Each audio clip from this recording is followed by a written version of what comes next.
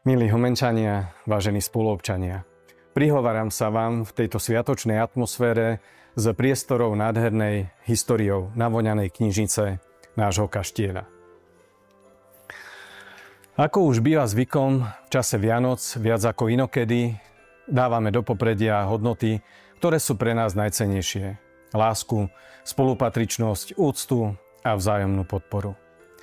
Pripájam sa k zastupom vinšovníkov so želaním príjemného prežitia vianočných sviatkov v kruhu vašich najbližších, pokoja v duši a následne aj úspešného začiatku i celého nastávajúceho roka 2025. Rok, ktorý sa pomaly končí, bol pre naše mesto rokom významných zmien a víziev.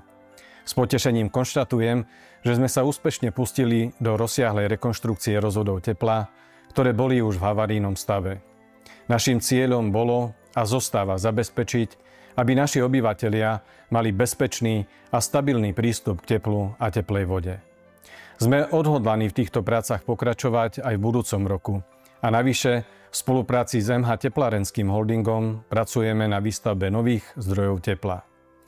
Verím, že tento krok prispeje k cenovo dostupnému a bezpečnému zásobovaniu domácností. Dôležité sú pre nás aj kultúrne a verejné priestory, ktoré nám slúžia a reprezentujú nás všetkých. Preto som rád, že sme sa mohli pustiť do rekonštrukcie základnej umeleckej školy Petra Brajnera, ktorá vychováva nové generácie umeleckých talentov, ako aj do obnovy mestského úradu, ktorý je neoddeliteľnou súčasťou nášho každodenného života v Humennom. V nastávajúcom roku sa budeme ešte intenzívnejšie venovať ďalším potrebným projektom, medzi ktoré patrí aj oprava našich ciest a chodníkov, aby sme všetkým zabezpečili bezpečné a pohodlné prostredie. Na záver chcem ešte raz popriať veselé Vianoce a do nového roka veľa zdravia, radosti a úspechov.